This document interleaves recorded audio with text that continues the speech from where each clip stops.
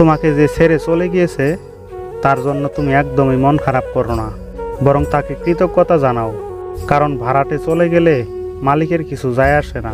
মালিক ভাড়া বাড়িয়ে দেয় কিন্তু বাড়ি বিক্রি করে না।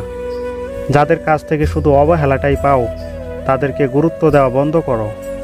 মনে রাখবে তোমার নিজের একটা আত্মসম্মান আছে। কেন তুমি অন্যকে প্রাধান্য দিতে গিয়ে নিজের আত্মসম্মানটুকু হারাবে?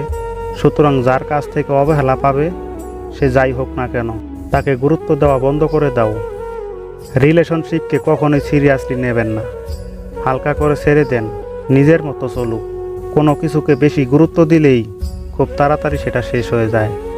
যে ব্যক্তি তোমার সামনে অন্যের সমালোচনা করে, সাবধান, তুমি কখনো তাকে বিশ্বাস করো না।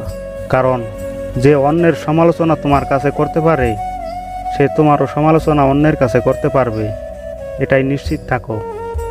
এই কথাটা সব সময় মনে রাখবে, নিজের দুর্বলতাগুলো কখনোই অন্যের কাছে প্রকাশ করবে না, সে যেই হোক না কেন। পৃথিবীতে দুর্বলতার সুযোগ কেউ সহজে হাতছাড়া করতে চায় না। জীবনে এমন একটা মানুষ খুব দরকার যার কাছে নিজেকে খুচরো পয়সার মতো জমা রাখা যায়। দিন শেষে অন্তত মনের সব কথাগুলো কাউকে ভরসা করে বলা যায়। কিন্তু দুঃখের ব্যাপার এটাই, আজকাল এমন মানুষ পাওয়া খুবই দুঃসাধ্যর ব্যাপার।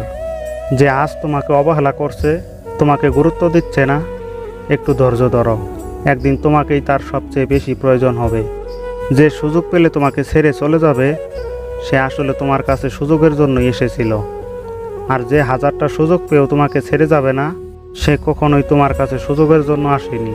তাকে নিঃসন্দেহে কাছে রেখে দিতে পারো। যখন আমাদের একা থাকার অভ্যাস হয়ে যায় ঠিক তখনই সৃষ্টিকর্তা আমাদেরকে কিছু মানুষের সন্ধান দেন। আর যখন তাদেরকে নিয়ে ভালো থাকার অভ্যাস হয়ে যায় ঠিক তখনই আমরা আবার একা হয়ে পড়ি। ভালোবাসা হলো এমন একটা মায়া, তুমি যত দূরে যেতে চাইবে ততই কাছে টানবে।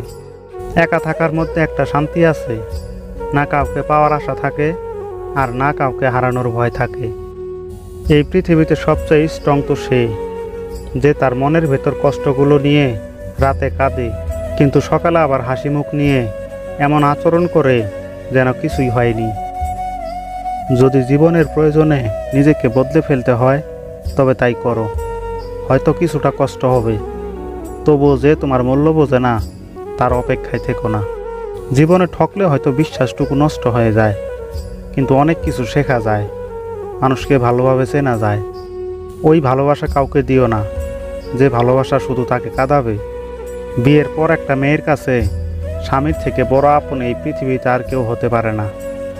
আজ আপনি স্বামীর ঘরে ভালো থাকবেন, সুখে থাকবেন, দেখবেন আপনার পাশে সবাই থাকবে। কিন্তু স্বামীবিহীন অসহায় হয়ে পড়লে দেখবেন আপনার ছায়াটাও আপনার পাশ থেকে সরে গিয়েছে। ক্ষণিকের জন্য আপনাকে হয়তো সবাই ব্যবহার করবে কিন্তু পাশে থাকবে না। কারণ এই সমাজে ভালো লোকের সংখ্যা খুবই কম আর অমানুষের সংখ্যা বেশি। তাই আপনার স্বামীর থেকে কাউকে আপন মনে করে ভুল করবেন না। দুঃখ একটাই, আজও মানুষকে ভালো করে চিনতে পারলাম না। কেউ একটু ভালো ব্যবহার করলেই অনেক বেশি বিশ্বাস করে ফেলি। বারবার তোমার চোখের পানি মুছে ফেলার চেয়ে জীবন থেকে তাকে মুছে ফেলা উত্তম যে তোমাকে বারবার কাঁদায়। 2 হাত দিয়ে একসাথে 10 জনকে মারা যায় না, কিন্তু 2 হাত জোর করে একসাথে 100 জনের মন জয় করা যায়। আয়নায় দেখা যায় নিজের সৌন্দর্য আর আচরণে প্রকাশ পায় মনের সৌন্দর্য। যদি জীবনে সফল হতে চাও তাহলে টাকাকে সবসময় পকেটেই রাখো, মাথাতে নয়। কারণ টাকার চিন্তা মানুষকে সবসময় লক্ষ্যভ্রষ্ট করে। সৎ এবং মহৎ লোকদের আলোচনা করা খুবই সহজ, কিন্তু তাদের মতন হওয়াটা অনেক কঠিন। কেউ যদি তোমার মন খারাপ চায় তবে সেটা তার কর্ম। আমি কারো খারাপ চাইব না, এটা আমার ধর্ম। রক্তের সম্পর্ক ছাড়া কেউ যদি তোমার জন্য কাঁদে তাহলে বুঝে নিও সে তোমাকে তার জীবনের থেকেও বেশি ভালোবাসে। পৃথিবীর সবচেয়ে বড় সত্যি, কারো মনে কষ্ট দিলে সেই কষ্ট ঘুরে একদিন তোমার কাছেই আসবে। হাসতে না পারলে কাউকে কাঁদাবে না, আনন্দ দিতে না পারলে কাউকে কষ্ট দেবে না, ভালোবাসতে না পারলে কাউকে ঘৃণা করবে না, আর বন্ধু হতে না পারলে কারো শত্রু হবে না। জন্মের পর মানুষের কথা শিখতে লাগে সর্বোচ্চ 2 বছর, কিন্তু কোন জায়গায় কি বলতে হবে সেটা শিখতে কিন্তু সারা জীবন লেগে যায়। তুমি দেখতে সুন্দর বলে অন্যকে ঘৃণা করো না, কারণ তুমি যার হাতে সৃষ্টি সে তার হাতেই সৃষ্টি। কখনো নিজের সৌন্দর্য নিয়ে অহংকার করো না। জ্ঞানের কথা শুধুমাত্র এই দুই প্রকার লোকই বলে। নাম্বার 1, যার বয়স বেশি হয়ে থাকে। নাম্বার 2, যে কম বয়সে খারাপ সময় দেখেছে। জীবন আমাদের একটা শিক্ষা দিয়েছে, ভুল মানুষকে বিশ্বাস করলে ঠকতে হয় বারে বারে। না হারলে যেমন জেতার স্বাদ পাওয়া যায় না, ঠিক তেমনই কষ্ট না পেলে আনন্দ উপভোগ করার সুখটাও বোঝা যায় না।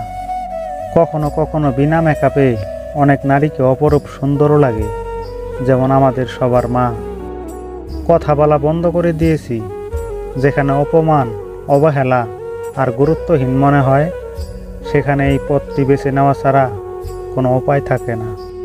সময় আমাকে একটা শিক্ষা দিয়েছে, পরিচয় সবার সাথে রাখবে, কিন্তু সম্পর্ক কারো সাথে না।